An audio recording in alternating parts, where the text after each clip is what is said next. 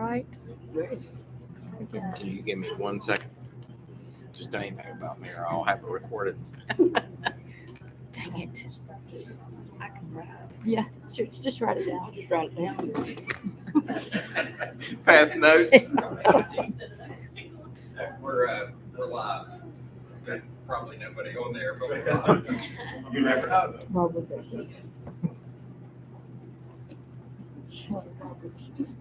They got nothing else to do.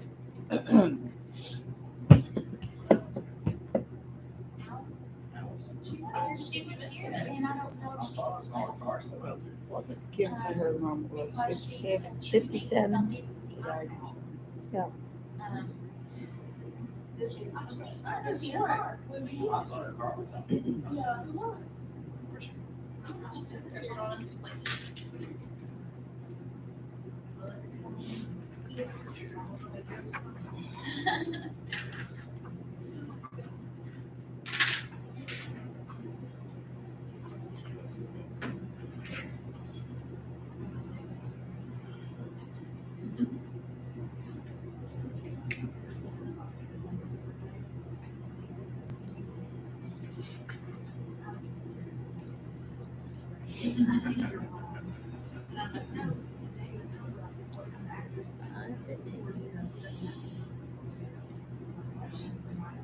It's pretty good. We're right on time.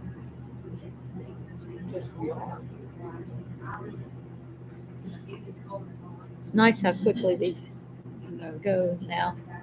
The list of needs are so much smaller. Sure.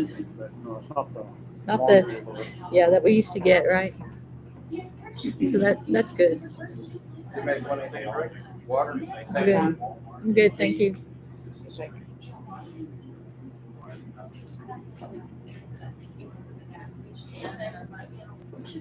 All right, Let me get these recorders going. going. We're good.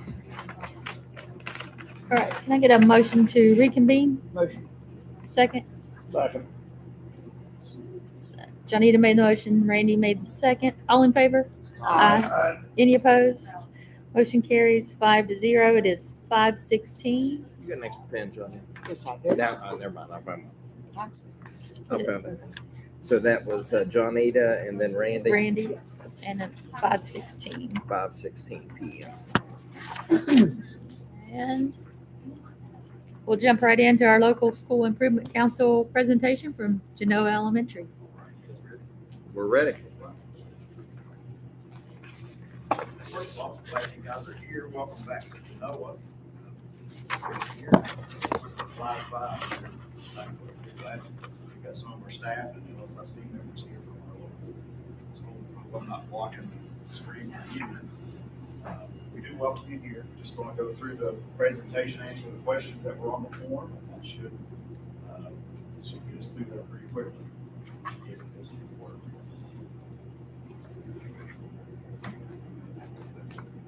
There we go. First thing is our enrollment report. You can see there, you've all got slides that put before you the same thing that's up here. Low SES, 42 students, 82%. That's one of the, that's not the highest in the county. Last time I looked, we were the highest low SES that there is in the county. We do also have a high special programs population of 19 students. That's counting some speech IEPs and things along those lines as well, which brings us up to 37%.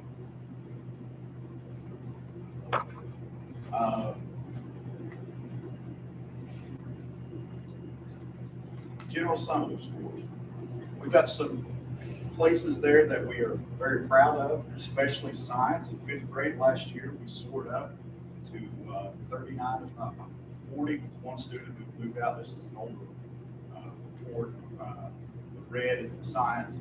Math, we increased up to 39%. And we want to touch base on a group that really made us soar in the 3rd grade class. Reading has been kind of stagnant here, and that's kind of a focus that we've had for the last couple of years. And hopefully this year with some things we've got in place with writing, that seems to be a weakness that we've got that seems to have pulled us down in ELA when we do our data desegregation. And hopefully that will allow us to improve. But we do have have some bright spots in ELA that I'll share with you here in a second as well. Just another way to look at where we were last year. This is pulled from Zoom, the previous year compared to the most recent year, 23 to 24. You see we had some increase in each subject area, not as much in ELA, which is the blue. Some increase in math, which is in the yellow, 42%, but science really jumped up to 40 from the previous year, last year's fifth grade group, and that's a highlight of our scores. I contribute that a lot to our Project Leadway kits that we have. Ms. Robinson is actually one of our lead teachers in that, as well as Ms. Lucas. Ms. Robinson takes the lead with K2, and Ms. Lucas takes the lead with 3-5. And we've been really dedicated to that, and they do a wonderful, wonderful job with that. And just a reminder, these scores, these bars represent third, fourth, and fifth grade. Yes, it's a But- combination. But with science, it's only fifth grade. Gotcha. And with them having such a small population, it's easy to see swings. So when you see that 0 from 22, 23, Right. that's not as surprising when you're dealing with a smaller group. Right, right. And two, that is a combination of 3, 4, 5 science, grade 3 through 5. So that's it. Too. And then it happens again in 8th grade, 6, 7, 8. Some honorable mention that we wanted to point out, of course, our 3rd grade class, they were 86% mastery, and we are super proud of them. I believe they were probably the highest in the county in 3rd grade. So a super high spot there. And then we're talking about our science scores with 40%. And I threw that in there from our platform that shows you how we are compared to the state as well as the county as a whole.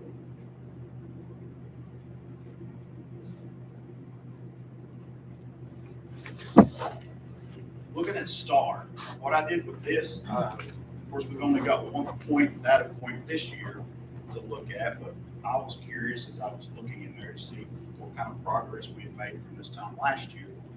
So I took last year's fall STAR Early Literacy, which is a kindergarten, 1st grade assessment, and I compared it with this year's fall benchmark.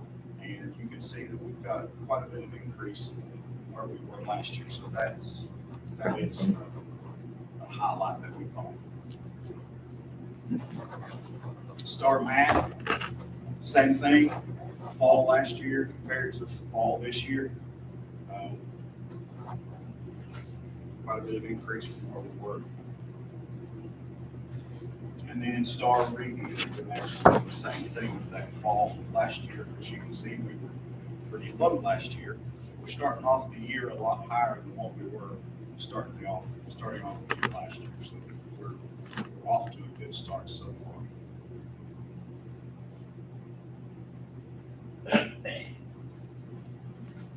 Some instructional reading levels, 2nd, 3rd, 4th, and 5th. 3rd grade seems to be one of our stronger points coming in.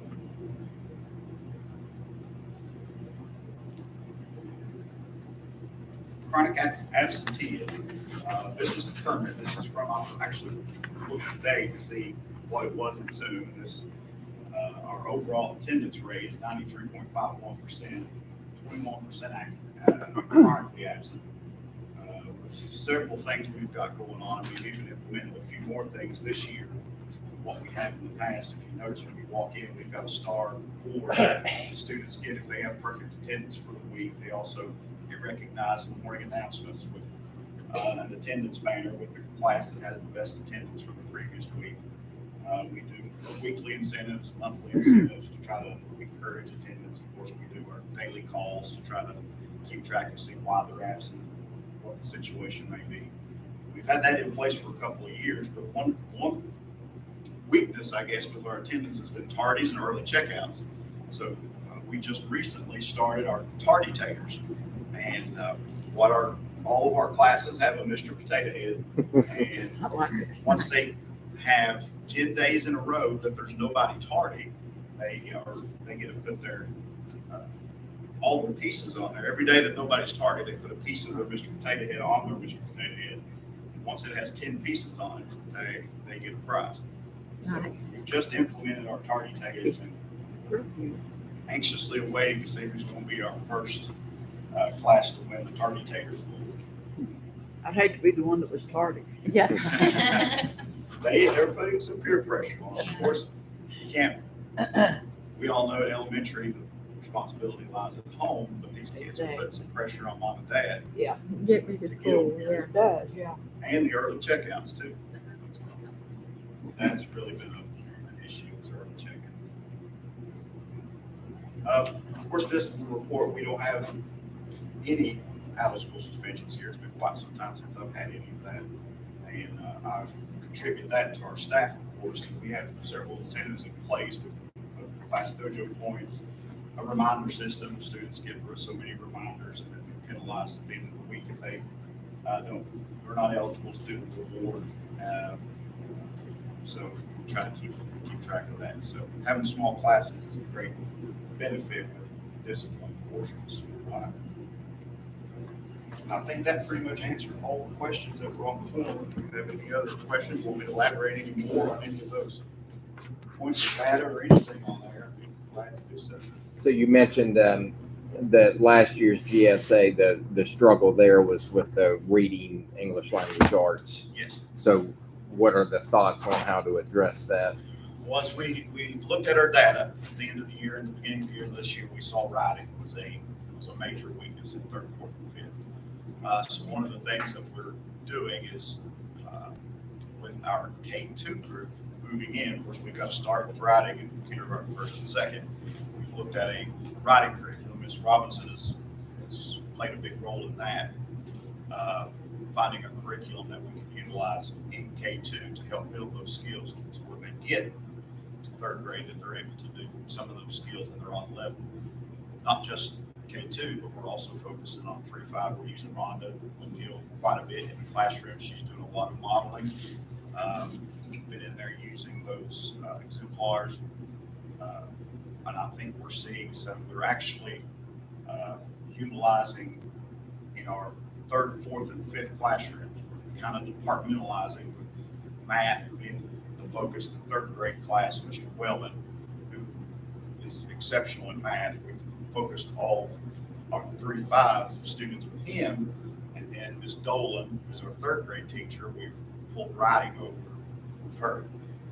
But in the afternoon, we've still set aside a time that they both still focus on writing. So we've got writing being pushed out quite a bit, hoping to boost that ELA score. That was our major weakness, was writing. So we're trying to focus on that across the board. Is anybody here using the new math curriculum? What are your thoughts? It's a lot, but I like it. It's I've noticed, especially with my second graders, they are learning things at a much deeper level. I was telling Kelly earlier today, one of my struggling students, she really struggled last year with place value. And I was like, I don't know how else to explain it to her. And then in the curriculum this year, it has like 100 is called a thump, and a 10 is called a swoosh, and a 1 is called a pop. She picked that right up. I do not know what it was about that terminology that like all of a sudden, oh, that makes sense to her. So, I mean, it's working. It's taking a lot for me to get used to just because there's so much to do, and I do have 2 classes. So I'm trying to get through everything, and it's a challenge, but it's working. Good. Jack Crum was here today. He spent the morning with us, and we done a lot of walkthroughs today. He's from Carnegie Math Curriculum. We had some good conversations. Do you think it's because they do hands-on stuff, instead of just trying to visualize it, I think so. they can relate, it triggers things? And another thing too is like, I've noticed it more with first grade than second grade. They're like, a lot of it use manipulatives, and they're still at the stage where they want to play with the stuff instead of doing the math with the stuff. So that will eventually get better after kind of like the new wears off, I guess. So it's coming along. It's coming along. I'm so glad that we chose this program. It was overwhelming for them first because there's so much to it. But I think Kelly Arthur explained it best when she said it's like a buffet. You go to a buffet, you're not going to be able to eat everything. I usually try. I'll try to sample everything. Right. But if you try to get everything, you're going to pay for it at the end, and you're not going to be able to enjoy the things that are best for you. That's kind of like this math curriculum. It's a huge buffet, and you have to pick and choose the things that fit into your classroom and your students. It is. We've actually learned things today that I didn't even know was in there. Yeah. With us. Which So, was very beneficial. You added the tardy taters, and I know this year we added the punctuality to the attendance reports for the students. What's your thoughts on that? Is that going to help any? I think it will. I think parents will be able to see that. Actually sending report cards home tomorrow with K3, and those reports are going to go home with them. So I'm hoping that kind of sets off a little bit of an alarm for them. Did you have any reaction from the ones that received it at the end of the first 6 weeks? We had some parents call in with some excuses and wondered why they were in that. And I said, well, I've got this doctor's excuse, because we always do the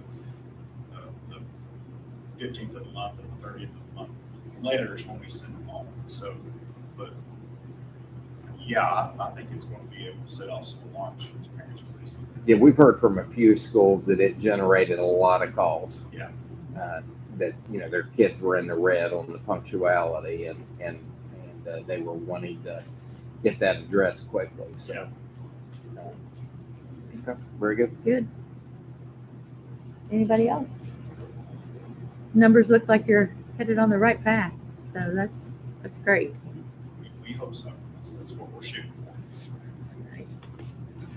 Is there any facility needs that we need to be aware of, or? I think we're in good shape right now. Workforce and everything that's targeting, so we're pretty good. Good.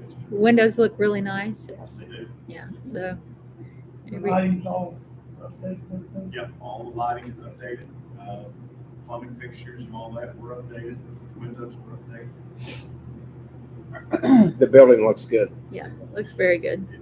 It's in good shape. And our custodians do a Yeah. great thing.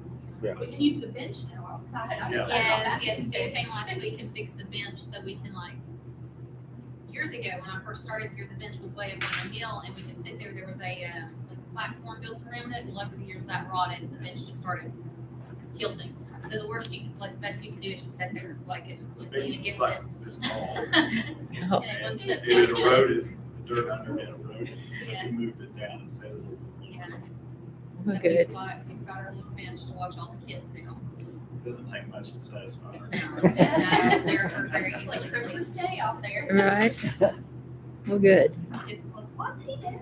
What's he doing to the bench? Gave them some excitement for the day. No, there was.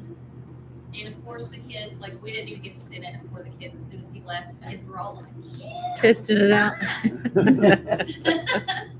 Love it. All right. Do Well, you think all the painting and everything, because that's one of our main goals, to make sure it's welcoming, it looks new. Yeah. You want to be there. You think that helps a lot with kids? I think so. We had the gym building was painted, that entire building was painted kind of a light gray, and we were freshening up everything along. This, I didn't want to cover it with brick. I know some schools did, but I just couldn't bear the paint over the brick. No, it didn't need yeah, paint. it looks really nice. It's a good combination. Yeah. So. All right. Well, thank you guys very much. We appreciate it. Thank you, guys. We got a few regular business items we'll knock out here. So, Okay. All right, so new business consent action items. Superintendent recommends approval of the following action items. Additional items received prior to the time of the meeting may be added. Discussion and/or separate action of items may be requested by members of the board and/or the superintendent. Number 1, consider for approval the recommended personnel matters on page 1. Motion to approve. Motion by Johnita, Second, Randy. Questions or concerns on the personnel matters? I don't think I have any either. All right, none? All right, all in favor? Aye. Any opposed? Motion carries 5-0. 2, consider for approval the purchase requisition in excess of $5,000, pages 2 through 8. Motion, Motion. Johnita. Second, Second. Randy. Questions or concerns? So this Edwards Educational Services will have a contract with TSS, what they're doing, right, Charlie? Yeah, I can provide you a copy of the contract. So we've already talked to them about that one. Yeah. Okay. We, actually, they had submitted, we had a requisition submitted and it was for more than this, but, we asked for a plan on how it was going to be used, and because Kelly's coming in new to the building. Right. She hasn't worked with them in the past. So after reviewing it with her, they've cut down the days. And so that's a little bit lower PO than what we first started out with. Okay. And then we'll see how it goes this year. Okay. Is this consulting for Kelly or consulting for the teachers? They're actually going to be working with students directly. They're going to be working with the student leadership group, and then we'll be, the days will be flexible for the administration as well. I got you.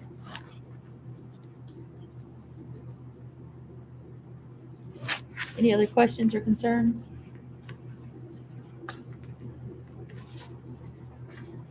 None? And again, that's federal funding. Right. Yeah.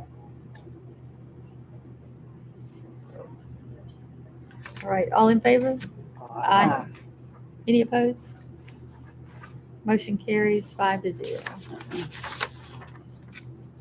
New business, separate action items.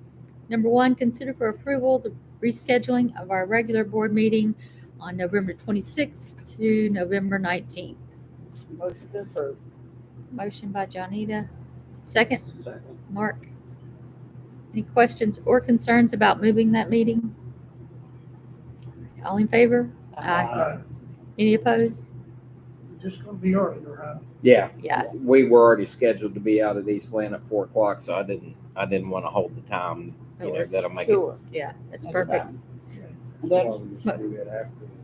Is that LSIC It'll combined too? we'll put the LSIC report on the That's what- regular board That's what I agenda. thought. And just Okay. do it all Just in be a one. regular meeting. But it's still be Eastland. Okay. Okay, motion carries 5-0. Superintendent reports. Just don't forget that the strategic planning session is tomorrow at Creekside at 2:00 with some community members. We're going to vary it up this year.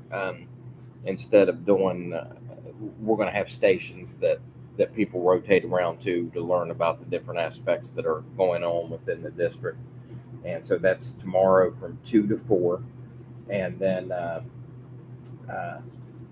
that's it. That's all I have. Motion to adjourn. Motion by Johnita. Second, Second. Randy. All in favor? Any opposed? Motion carries 5-0. It is 5:37. Very good. Let me shut this down. That is it. Turn the clock off. Hey, Tony, did they replace the windows out here by the main doors?